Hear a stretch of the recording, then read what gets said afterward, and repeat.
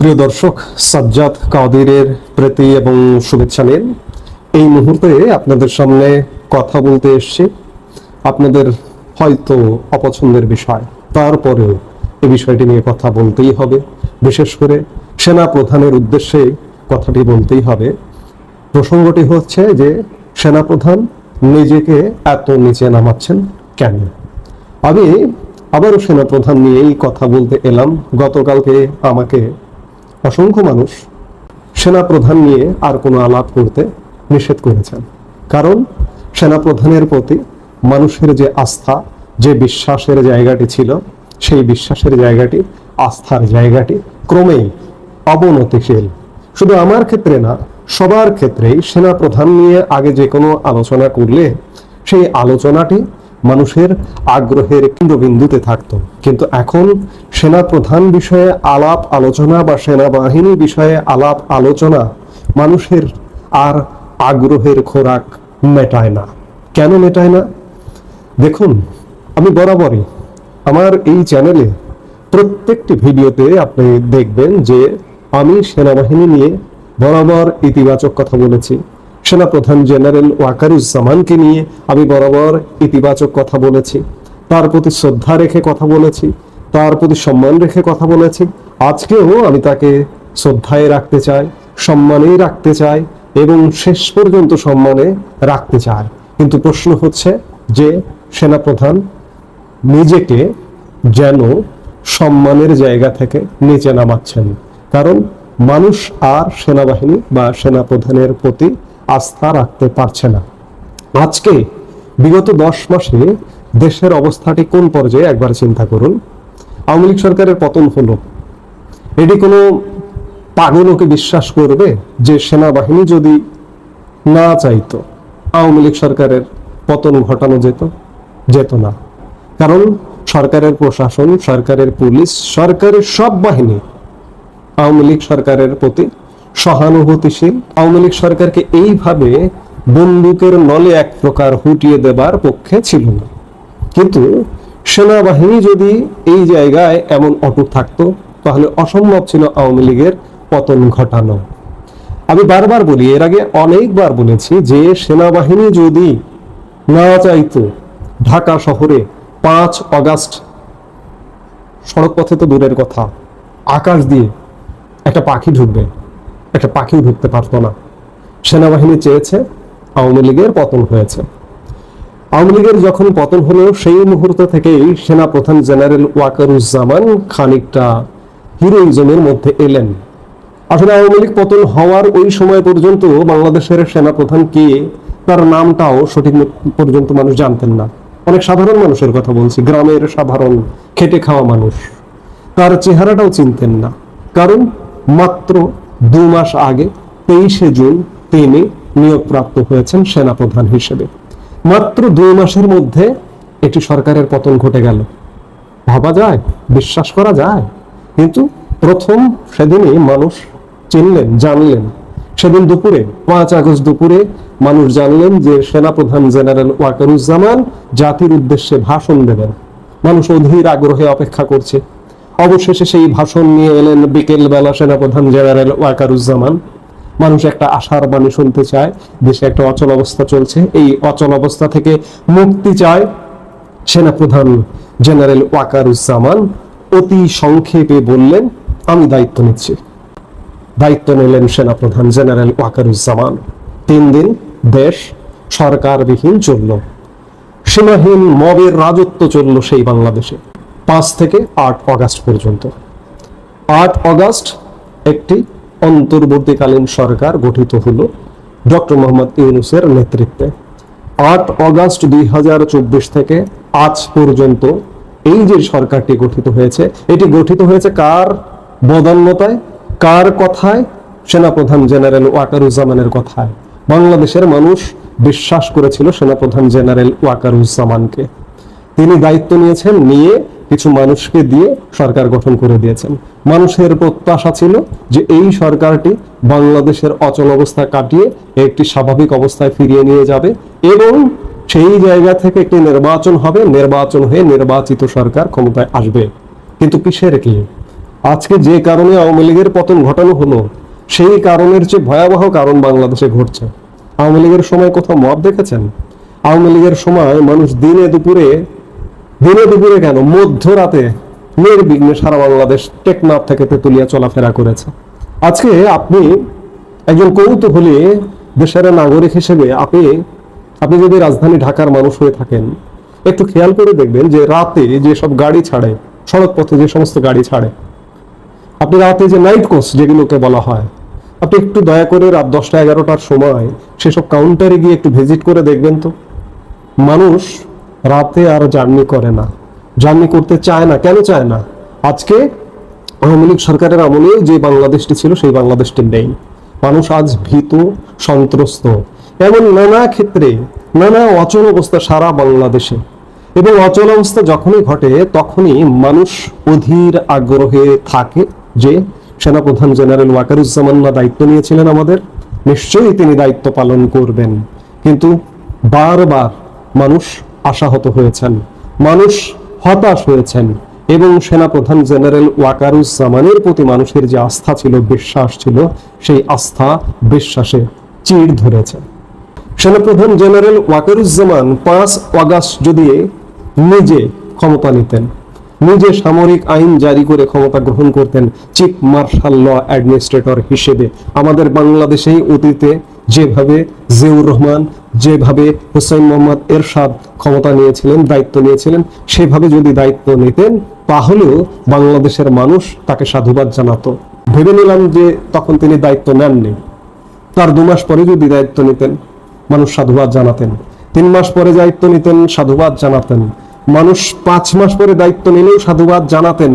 শেষ পর্যন্ত এখনো পর্যন্ত যদি সেনাপ্রধান জেনারেল ওয়াকারুজ্জামান নিজেকে সিএমএলএ হিসেবে ঘোষণা করে যদি দায়িত্ব নেন, মানুষ স্বাগত জানাবেন। কেন? সেনা শাসন তো কোনো দেশের জন্য, কোনো জাতির জন্য মঙ্গলজনক নয়। পৃথিবীর দেশে দেশে সেনা শাসনের উদাহরণ আছে, কিন্তু মানুষ কখন সেনা শাসন প্রত্যাশা করে? যখন মানুষ অসহায় হয়ে যায়, বাঁচবার যখন আর কোনো পথ থাকে না, তখন মানুষ প্রত্যাশা করে সেনা শাসন হলেও যেন আমাদেরকে বাঁচিয়ে রাখে। কিন্তু সব আশায় গুড়ে বালি।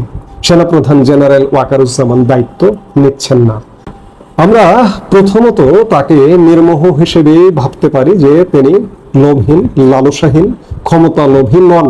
অতীতে আমাদের সামরিক শাসকরা যেভাবে ক্ষমতা লোভী হয়ে ক্ষমতার কেন্দ্রে এসেছেন, তিনি হয়তো তেমনটা নয়। কিন্তু তারও তো এই বাংলাদেশকে বাঁচানোর দায়িত্ব আছে, দেশের স্বাধীনতা সার্বভৌমত্ব রক্ষার দায়িত্ব আছে। আজকে যদি বাংলাদেশে একটি দুর্বল শাসন কাঠামো জেঁকে বসে, তাহলে কি হতে পারে? আমাদের স্বাধীনতা সার্বভৌমত্ব কিন্তু বিপন্ন হতে পারে। আজকে সেনাপ্রধান জেনারেল ওয়াকারুজ্জামানের, আজও বলছি, আজ বাংলাদেশের বেশিরভাগ মানুষ আপনাকে সমালোচনা করছে, আজ আপনার প্রতি মানুষের আস্থা হারিয়ে গেছে।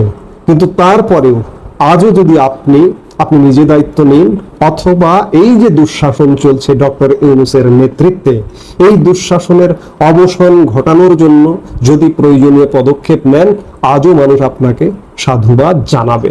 কিন্তু কোন রকমের পদক্ষেপ মানুষ দেখছে না, যার কারণে আপনার কথায়, আপনার কাজে মানুষ আর আজকে আগ্রহ বোধ করে না। দেখুন, আপনাকেও তো এই পৃথিবীতে বেঁচে থাকতে হবে। আজকে আপনার নিজের জন্য দায়িত্ব পালন করবার ব্যাপার আছে, দেশের জন্য দায়িত্ব পালন করবার ব্যাপার আছে। আজকে উদাহরণ আছে, দেশে ভরি ভরি উদাহরণ আছে। দেখুন, আপনারই পূর্বসূরি জেনারেল মঈনুল আহমেদ বাংলাদেশে আসতে পারেন না, কিন্তু ওই সময়ের সরকার প্রধান ছিলেন যিনি ফখরুদ্দিন আহমেদ, তিনি কিন্তু দেশে আসতে পারেন না। কেন আসতে পারেন না? তাদের কৃতকর্মের কারণে। আজকে যে সময়টি যাচ্ছে, সেই সময়টি 5 বছর পর বা 3 বছর পর বা 10 বছর পর অতীত হয়ে যাবে। সেনাপ্রধান জেনারেল ওয়াকারুজ্জামান, আপনার মাতৃভূমি, আপনার জন্মভূমি বাংলাদেশ, আপনি নিশ্চয়ই বাংলাদেশে থাকতে চান সসম্মানে, এবং আপনি নিজেকেও সেভ করতে চান। এই সেভ করতে হলে দেশ বাঁচাতে হবে, আপনার নিজেকেও বাঁচাতে হবে। দেখুন, আমরা বেশ কিছুদিন যাবৎ আপনার বিরুদ্ধে বিরোধিতা করা দেখছি একটি গোষ্ঠীর, যারা বিগত আওয়ামী লীগ সরকার পতনে কাজ করেছে। সেই গোষ্ঠী, বিশেষ করে সেই গোষ্ঠীর অনলাইন অ্যাক্টিভিস্টদের খুব বেশি তৎপরতা আপনাকে অপসারণ করবে। ধরুন যারা এই সরকারের পক্ষে বা বর্তমান ব্যবস্থার পক্ষে, বর্তমান ব্যবস্থাটা চায়, তারা আপনার অপসারণ চায়, কিন্তু বিগত সরকারের সমর্থক যারা, তারা কিন্তু আপনার পক্ষে ছিল। কিন্তু আজকে অবস্থাটা এমন দাঁড়িয়ে গেছে, আপনাকে, এটি আমার মুখের কথা না, আমি মুখের কথাটা আপনাকে পৌঁছিয়ে দিচ্ছি, যে আপনাকে মির্জাফর হিসেবে তারা গণ্য করছে, তারা বলছে, তারা কাউন্ট করছে। আমার কিন্তু আপনার প্রতি শ্রদ্ধা সম্মান আছে। আমি বিভিন্ন ভিডিওতে আপনার প্রশংসা করেছি, সেনাবাহিনীর প্রশংসা করেছি। সেনাবাহিনীর প্রশংসা করতে হবে, কারণ সেনাবাহিনী আমাদের একটি সাংবিধানিক সংস্থা। সেনাপ্রধান দেশের আইন অনুযায়ী নিয়োজিত একজন ব্যক্তিত্ব বা একটি পদ, সেই জায়গায় আপনাকে শ্রদ্ধা করতে হবে। কিন্তু দেশের মানুষ ক্ষুব্ধ হয়ে আজকে আপনাকে মির্জাফরের ভূমিকায় কল্পনা করছে। এটি নিশ্চয়ই আপনার জন্য ভালো নয়। আপনার পক্ষে সমর্থন আজও আছে, শুধু বলছি যে আজকেই আপনি একটা অ্যাটেম্প নেন। আপনার মার্শাল অ্যাডমিনিস্ট্রেটর হওয়া লাগবে না। অন্ততপক্ষে এই যে বর্তমান যে ব্যবস্থাটি চলছে, যে ব্যাপক অনিয়ম চলছে, অন্যায় চলছে, অত্যাচার চলছে, এইগুলোর বিরুদ্ধে রুখে দাঁড়ান। এই মুহূর্তে একটা মধ্য অবস্থা বিরাজ করছে। মধ্য অবস্থা এই জন্যই বলছি যে একটি নির্বাচন হতে হবে দেশে নিশ্চয়ই।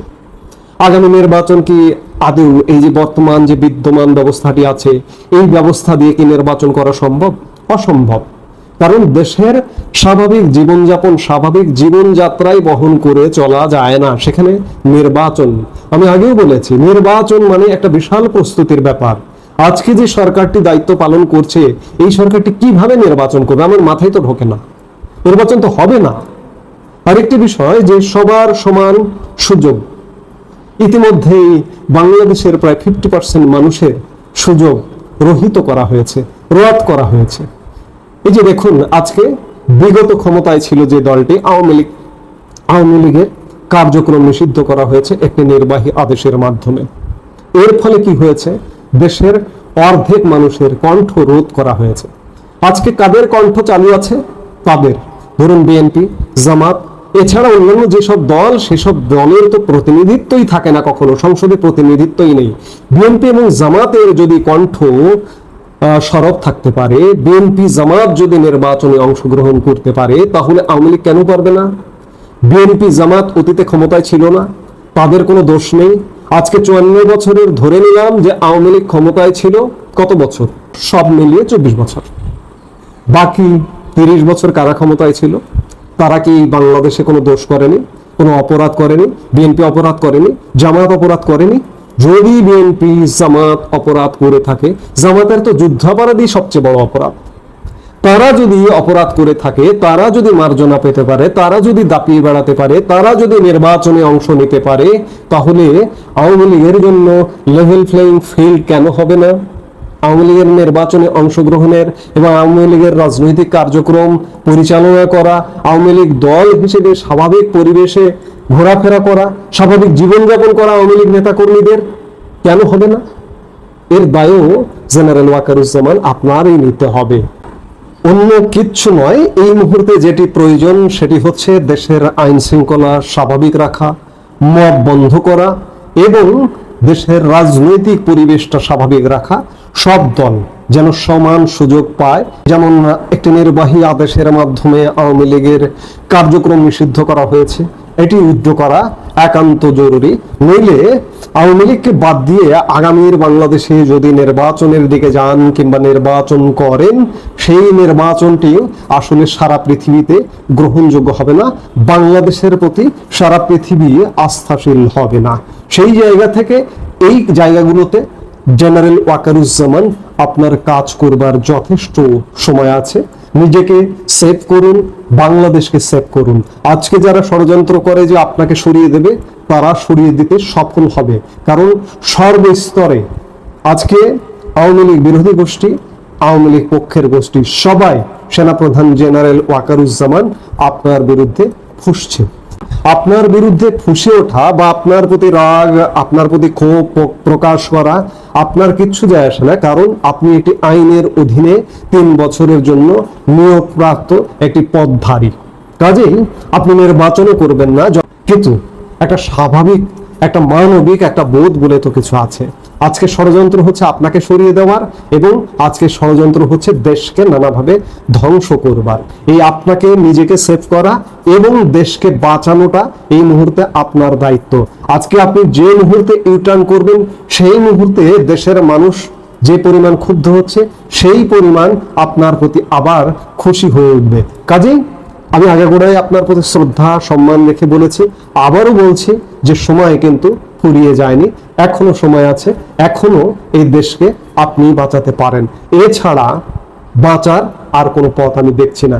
আগে আমি একাধিকবার বলেছি, আবারও বলছি, বারবার বলছি যে সেনাবাহিনী, সেনাপ্রধান জেনারেল ওয়াকারুজ্জামানই দেশকে বাঁচাতে পারে এই মব রাজ্য থেকে দেশকে একটা স্বাভাবিক বাংলাদেশে নিয়ে যেতে। কাজেই আমরা আশা করব সেনাপ্রধান জেনারেল ওয়াকারুজ্জামান, আমরা শেষ আশাটা জাগিয়ে রাখতে চাই, জেনারেল ওয়াকারুজ্জামান অন্ততপক্ষে বাংলাদেশের পাশে দাঁড়াবেন এবং তিনি তার নিজেরও পাশে দাঁড়াবেন, নিজেরও সুরক্ষা দেবেন। এই মুহূর্তে এ পর্যন্ত। সবাই ভালো থাকুন, সুস্থ থাকুন।